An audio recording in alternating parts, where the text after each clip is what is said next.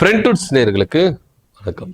சேலம் மாவட்டம் பரப்புரையில நேற்று நடந்த ஒரு உயிரிழப்பு சம்பவத்தை குறித்து சிடி நிர்மல்குமார் இந்த அளவுக்கு கேவலமா பேசலாமா அப்படின்னு நிறைய கண்டனங்கள் எழும்பியிருக்கு. உண்மையிலேயே அங்க நடந்தது என்ன அப்படின்னா, சேலம் மாவட்டத்துல விஜய் பரப்புரை மேற்கொள்ள வரார் அப்படின்னு சொன்ன உடனே ஆயத்த வேலைகள் எல்லாமே சூப்பரா நடந்தது. இதுல கிட்டத்தட்ட 4998 பேருக்கு மட்டும்தான் அனுமதி அப்படின்ற ஒரு விஷயத்த தாவேக்கா தான் உருவாக்குறாங்க. இதுல ஆட்சியாளர்கள் மேலேயோ காவல்துறை மேலேயோ எந்தவித தவறும் கிடையாது. அதை நல்லா நோட் பண்ணிக்கோங்க. தாவேக்கா தான் ஃபுல் அண்ட் ஃபுல் எல்லாமே சரி ரெடி பண்றாங்க. எங்க கூட்டத்துக்கு விஜய் இங்கதான் இருக்கணும், இங்க லேடிஸ் இருக்கணும், இங்க ஜென்ஸ் இருக்கணும் அப்படின்னு சொல்லிட்டு எல்லாமே பாக்ஸா போட்டு எல்லாமே ரெடி பண்ணி கொடுக்குறாங்க. இத்தனை ஆயிரம் பேர் தான் கலந்துக்க போறாங்க அப்படின்றத எல்லாத்தையும் என்ன பண்றாங்க, ரெடி பண்றாங்க. QR கோடு கொடுக்குறாங்க. எல்லாமே தாவேக்கா தான் ரெடி பண்றாங்க. காவல்துறை வேலை என்னன்னா, வந்தவங்களை ஒழுங்குபடுத்தணும், அசம்பாவிதம் ஏதும் ஏற்படாம பாத்துக்கணும், சட்ட ஒழுங்கு பிரச்சனை வராம பாத்துக்கணும். இதுதான் காவல்துறைய வேலை.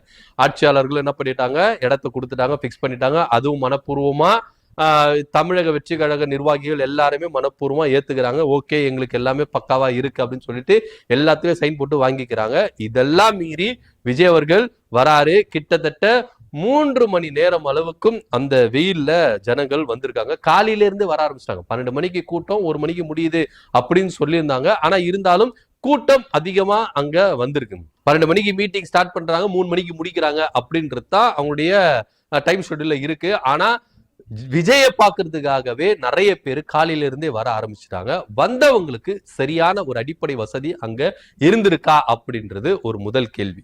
இதுக்கு முன்னாடி அந்த மாவட்ட செயலாளர் அந்த பவுன்சர்களுக்கு சில அறிவுரைகளை சொல்றாரு. என்ன அப்படின்னா, 6 மணி நேரம் வெயில்ல நிப்பீங்களா, சாப்பாடு கொடுக்க மாட்டோம் ஓகேவா, தண்ணி எல்லாம் கொடுக்க மாட்டோம் ஓகேவா, விஜய பார்க்க வர கூட்டத்தை கண்ட்ரோல் பண்ணும் ஓகேவா, இப்படி பல விதிமுறைகளை அவர் சொல்றாரு. எல்லாருக்கும் அப்படியே ஒரு நவ கமாண்டோ ரெடி பண்றாரு போல இருக்கு. ராணுவத்துக்கள் ஆள் எடுக்கிறாரு போல இருக்கு. அவ்வளவு ஸ்ட்ரிக்டா அந்த மாவட்ட செயலாளர் என்ன பில்டப் பண்றீங்க, அதெல்லாம் பார்க்கும்போது அந்த வீடெல்லாம் பார்க்கும்போது நமக்கே புல்லரிக்கும் போல இருக்கு. எப்பா, இவர் தமிழக வெற்றி கழகத்திலே இருக்கக்கூடாதுப்பா, இவர் அனுப்புங்கப்பா, காஷ்மீருக்கு அனுப்புங்கப்பா, அப்படியே பாகிஸ்தானி சீனா கீனா எல்லாத்தையும் என்ன பண்றாரு, அப்படியே அக்கல்ல மச்சு எடுத்துன்னு வந்துருவாரு. அந்த அளவுக்கு இவர் ஒரு போஸ்ட்மேனா இருக்கிறாரு அப்படின்னு தான் எல்லாருமே என்ன பண்ணாங்கன்னா கீழே கமெண்ட் எல்லாம் அடிச்சாங்க அந்த வீடியோ பார்த்துட்டு. அந்த மாதிரி ஒரு ஃபுல் போர்ஸோட என்ன பண்ணாரு, ராணுவத்துக்கு ஆள் எடுக்கிற மாதிரி, போருக்கு ஆள் எடுக்கிற மாதிரி அந்த அந்த பவுன்சர்களுக்கு எல்லாருக்குமே என்ன பண்ணாரு, அறிவுரைகள் வழங்கியிருந்தாரு. சோ அப்பவே எல்லாருக்கும் ஒரு டவுட், என்னப்பா அந்த மனுஷன் இப்படி பேசுறாரு, உண்மையிலே சாப்பாடு கொடுக்க மாட்டாரோ, தண்ணி நீலாம் கொடுக்க மாட்டாரோ, அப்ப வருவங்களுக்கு எல்லாருக்குமே அப்படிதானா அப்படின்னு நினைச்சுக்கிட்டு எல்லாருமே பேச ஆரம்பிச்சாங்க. ஆனா வந்த ஒருத்தர் அந்த இடத்துல உயிரிழந்திருக்கிறார். ஆனா இது அன்எக்ஸ்பெக்டட். கூட்ட நெரிசல் லைட்டா இருந்திருக்கு அப்படின்னு அங்க பார்த்தவங்க எல்லாம் நிறைய பேர் சொல்லி இருக்கிறாங்க. ஏன்னா ஃபர்ஸ்ட் நிர்வாகிகள் கம்மியா தான் வந்திருக்காங்க, யாருமே வரல. உண்மையை சொல்ல போனா கூட்டம் சொன்ன கூட்டம் வரவே இல்லை. 4998 பேர் கூட்டம் வந்திருக்கானா, கிடையவே கிடையாது. நிறைய பாக்ஸ் எம்டியா இருந்திருக்கு. எல்லாருமே ஃப்ரண்ட்ல வந்துட்டாங்க, நிறைய பாக்ஸ் எம்டியா இருந்திருக்கு. அதுக்காகவே இதை ஃபில்பில் பண்ணணும் அப்படின்றதுக்காகவே நிறைய பேர் பிரிச்சுட்டு இருக்காங்க. நீங்க அதே விஜய் மீட்டிங்ல ட்ரோன் ஷாட் எல்லாம் காட்டியிருப்பாங்க. அதுல பாத்தீங்கன்னா தெரியும், நிறைய இடம் பாத்தீங்கன்னா காலியா தான் இருந்திருக்கும். சோ கூட்டமே சரியா வரல. என்னவோ கூட்டம் வந்துருச்சு அப்படின்னு சொல்லிட்டு இவங்க என்ன பண்ணிருக்காங்க, பெருமையா பேசிக்கிறாங்க. ஆனா கூட்டமே வரல. சோ அதனாலேயே பொதுமக்கள் சிலரை அனுமதிச்சிருக்காங்க. QR கோட் இல்லைன்னா பரவாயில்ல வாங்க அப்படின்னு சொல்லிட்டு என்ன பண்ணிருக்காங்க. ஏன்னா 4998 பேரு வரல, என்ன பண்றது அப்படின்னு சொல்லிட்டு என்ன பண்ணிருக்காங்க, வந்திருக்காங்க. வந்ததுல ஒருத்தர் என்ன பண்ணிருக்காரு, சுரஜ், மகாராஷ்டிராவை சேர்ந்த சுரஜ் என்ன பண்ணிருக்காரு, இறந்திருக்கிறாரு. இந்த இறப்புக்கு முழுக்க முழுக்க தாவேக்கா தான் பொறுப்பு. ஏன்னா தெல்ல தெளிவா இருக்கு. நீங்க கரூர்ல சமாளிச்சீங்க பாருங்க, காவல்துறை சரியா பாதுகாப்பு தரல, ஆட்சியாளர்கள் தப்பு, எங்களுக்கு இடத்தை இப்படி கொடுத்துட்டாங்க. அங்க விட்ட புருடாக்கதெல்லாம் இங்க விட முடியாது. ஏன்னா எல்லாம் ப்ராப்பரா பக்காவா ஸ்கெட்ச் போட்டு என்ன பண்ணிருக்காங்க, கொடுத்திருக்கிறாங்க. நீங்களும் வாங்கியிருக்கீங்க, எல்லாமே உங்களோட பொறுப்பு. அடிப்படை வசதிகள் ஏற்படுத்தினீங்களா, அது முதல் கேள்வி. தண்ணி எல்லாருக்கும் கொடுக்கப்பட்டதா, அங்க கழிப்பிடங்கள் எல்லாமே நிழலான ஒரு இடம் கொடுக்கப்பட்டதா, கிடையவே கிடையாது. வெட்ட வெளியில கிட்டத்தட்ட 3 மணி நேரம் வெயில்ல இருந்த மனுஷன் இருந்திருக்கிறார். அது மாத்திரம் இல்லாம இந்த இறப்பு நடந்திருக்கு. இறப்பு நடந்துட்ட பிறகு விஜய் வீட்டு போயிருக்காரு. இது வரைக்கும் ஒரு கண்டனம் இல்லை. விஜய் பாக்குறதுக்கு தான் வந்திருக்காப்புல மனுஷன், அங்க வேலைகள் எல்லாம் செய்யல. உண்மையிலேயே அங்க வேலை செஞ்ச மனுஷனா அப்படின்னா கிடையவே கிடையாது. இது சிடி நிர்மல்குமார் என்ன சொல்றாரு, வந்தவர் மாரடைப்பால இறந்துட்டாரு அப்படின்னு சொல்றாரு. இது எந்த அளவுக்கு அப்பட்டமான பொய் அப்படின்னா, அவருடைய இறந்தாருல அவருடைய நண்பர், அவரு ஃபுல் ஸ்டேட்மெண்ட் கொடுக்கிறாரு. அவர் மட்டும் இல்ல, அக்கம் பக்கத்துல இருந்த பொதுமக்கள், அவருடைய மனைவி, உற்றார் உறவினர்கள் எல்லாருமே ஸ்டேட்மெண்ட் கொடுக்குறாங்க. என் புருஷனுக்கு எந்தவித நோயும் கிடையாது, எந்தவித உடல் பிரச்சனைகள் எதுவுமே கிடையாது, நல்ல ஆரோக்கியமா இருந்தாரு, அவரு வெள்ளிப்பட்டறையில வேலை செய்யறாரு, அவர் பாத்தீங்கன்னா நல்ல ஆரோக்கியமா தான் இருந்தாரு. விஜய பார்க்கணும் அப்படின்றதுக்காக அவர் ஃப்ரெண்டு மூலியமா இன்னொரு ஃப்ரெண்டு மூலியமா QR கோட வாங்கிட்டு போனாரு. இன்னொருத்தர் ஃப்ரெண்டு சொல்றாரு, அவர் சொல்றாரு, நான் கூட்டத்துக்கு எல்லாம் போல, அவர் தான் போனாரு, நல்லாதான் போனாரு, அவர் உடல் பிரச்சனை எதுவுமே கிடையாது சொல்றாரு. போன இடத்துல அவருக்கு மயங்கி விழுந்திருக்கிறார், வெயிலின் தாக்கம் தாங்க முடியாம மயங்கி விழுந்திருக்காரு, சிகிச்சை பலனின்றி உயிரிழந்திருக்கிறாரு. உடனே சிடி நிர்மல்குமார் மாரடைப்புன்றாரு. இது அப்பட்டமான பொய் அப்படின்னு அழுத்தம் திருத்தமா சொல்றாரு. பக்கத்துல வீட்டுல இருக்கிறவங்க கூட சொல்றாங்க. ஒரு பாட்டி அம்மா கூட சொல்லிச்சு, அவரெல்லாம் நல்ல மனுஷன் பா, போறதும் தெரியாது வருத்தம் தெரியாது, அவருக்கு எந்த பிரச்சனையும் கிடையாது, குடிப்பழக்கம் கிடையாது, எதுவுமே கிடையாது சொல்றாங்க. அந்த அம்மா சொல்றாங்க.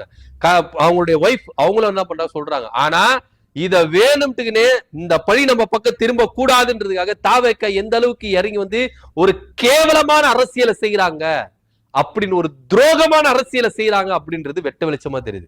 உங்க கூட்டத்துக்கு வந்திருக்கிறாரு, உங்களை பார்க்கணும்னு வந்திருக்கிறாரு, ஆனா அங்க ஒரு ஆக்சிடென்ட் நடந்திருக்கு, ஆனா அதை ஏன் பொறுப்பெடுத்துக்க மாட்டீங்க? இதே தானே கரூர்ல நீங்க பண்றீங்க. உங்களை பார்க்க வந்த கூட்ட நெரிசல் எல்லாம் சிக்கி 41 பேர் இறந்தாங்க. அப்பவும் நீங்க ஒத்துக்கல.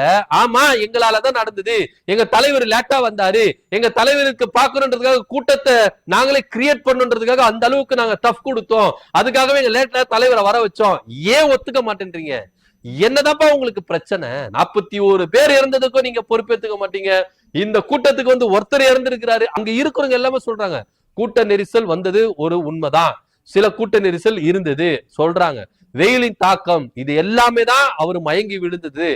ஒரு ஸ்டால் கூட வைக்கல சார், ஒரு ஸ்நாக்ஸ் ஸ்டால் கூட வைக்கல. அது வச்சிருந்தா கூட என்ன பண்ணிருப்பாங்க, ஒரு ஆத்திர அவசரத்துக்கு பசியோ இல்ல மயங்கி எதனா ஒரு ஜூஸோ எதனா ஒன்று வாங்கி குடிச்சிருப்பாங்கல்ல.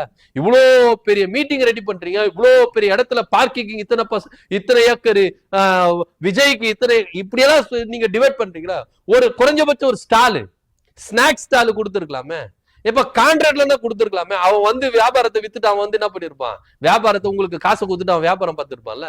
இத கூட அங்க பண்ணல அப்படின்றதுதான் நிதர்சனம் உண்மை. தண்ணி வசதியும் அங்க கம்மியா இருந்தது, அடிப்படை வசதிகள் முழுக்க முழுக்க கம்மியா இருந்தது அப்படின்னு அங்க இருந்தவரும் குற்றம் சாட்டுறதை இங்க பாக்குறோம். ஆனா இது எதுவுமே எங்களுக்கு பொறுப்பு இல்ல, இதுக்கு எங்களுக்கு எந்த சம்பந்தமும் இல்ல, இது மாரடைப்பாலதான் இறந்தாரு அப்படின்னு இப்படி கொச்சப்படுத்துறீங்களே, எந்த அளவுக்கு நியாயம்?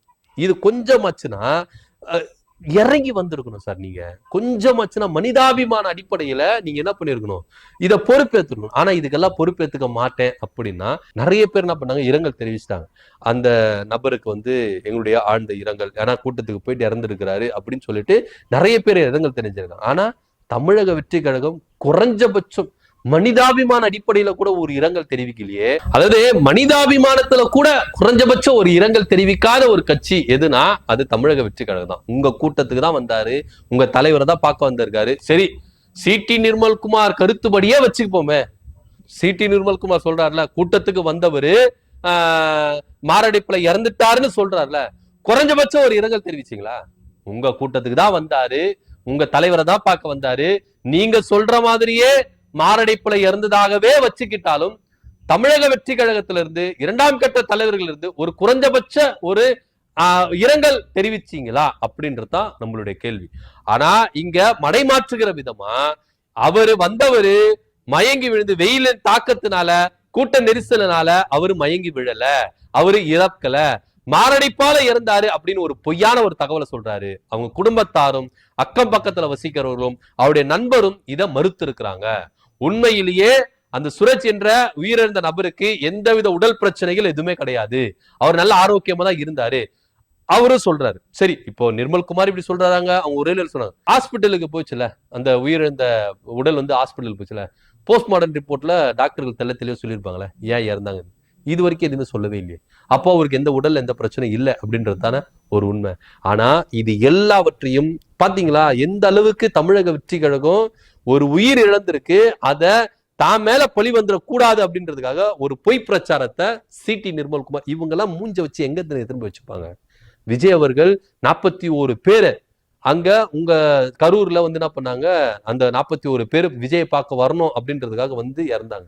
இப்போ சேலத்துல ஒருத்தர் இறந்திருக்கிறாரு. இதே மாதிரி நிறைய விவகாரம் நடக்கும் அப்படின்னு சொல்லிட்டு தான் அதிமுகவை சேர்ந்த கோவை சத்தியன் என்ன சொல்றாரு, இதுமேட்டு இருந்து தமிழக வெற்றி கழகத்தை கூட்டத்துக்கு போனா சவப்பெட்டியோட தான் போனோம் அப்படின்ற கண்டன விமர்சனம் வைத்திருக்கிறார். அவர் யூஸ் பண்ண வார்த்தை தவறாக இருக்கலாம், ஆனா உண்மையான நிலவரம் தான். தமிழக வெற்றி கழகம் ஒரு கட்டமைப்பு இல்லாத கழகம். தமிழக வெற்றி கழகம் ஒரு கட்டுக்கோப்போட இல்லாத ஒரு கட்சி. தன்னுடைய தலைவரை பார்க்கற விஜய பார்க்கறதுக்கு தாங்க வராங்க. யார கட்சியோட உணர்வு ரீதியாவோ கொள்கை ரீதியாவோ கருத்தியல் ரீதியாகவோ அந்த தமிழக வெற்றி கழகத்துல இல்லை. விஜய பார்க்கணும். அவரை டிவில பார்த்தோம், சினிமால பார்த்தோம். எங்க ஊருக்கு நேர்ல வராரு, அவர் நேர்ல பாத்திர மாட்டோமா, அவர் எப்படி இருக்கிறாரு நேர்ல இததான். ஆனா இத கூட புரிஞ்சுக்காம தலைமை தற்குறின்னு ஒரு தலைவர் இருக்கிறாரு பாருங்க, அவரு பேசுறாரு பாருங்க, எப்பா கொஞ்சம் நஞ்ச பேச்சா பேசுறாரு, என்னென்ன பேசுறாரு. அப்படியே 60% வந்துருச்சா, அடுத்து இவர் தான் ஆட்சி அமைக்க போறாராம், இவர் தான் முதலமைச்சரா, தமிழ்நாட்டை அப்படியே மாத்தி போட்டுவாரா. கொஞ்சமாச்சுன்னா நாக்குல நரம்பு இல்லை அப்படின்றதுக்காகலாம் எப்படி புருடா விட்டுன்னு பொய் பேசின்னு சுற்றி தெரியாதீங்க விஜய் அப்படின்னு எல்லா கட்சிகளும் என்ன பண்றாங்க, விஜய் வச்சு செய்யறாங்க. ஆக மொத்த விஜய பார்க்க வந்த ஒருத்தர் சேலத்துல இறந்திருக்கிறாரு. இந்த இறப்பு எங்களுக்கானது அல்ல, அவர் மாரடைப்பால இறந்தார் அப்படின்னு சிட்டி நிர்மல்குமார் சொல்றாரு. இல்ல அவருக்கு உடல்ல எந்த பிரச்சனையும் கிடையாது, வெயிலின் தாக்கம் அவரால் முடியல, மயங்கி விழுந்து அவர் இறந்தாரு அப்படின்னு சொல்லிட்டு உறவினர்களும் நண்பரும் அக்கம் பக்கத்தில் இருக்கிறவரும் சொல்றாங்க. இதை பத்தி உங்க கருத்து என்ன அப்படின்னு கீழே கமெண்ட் பண்ணுங்க. நன்றி, வணக்கம்.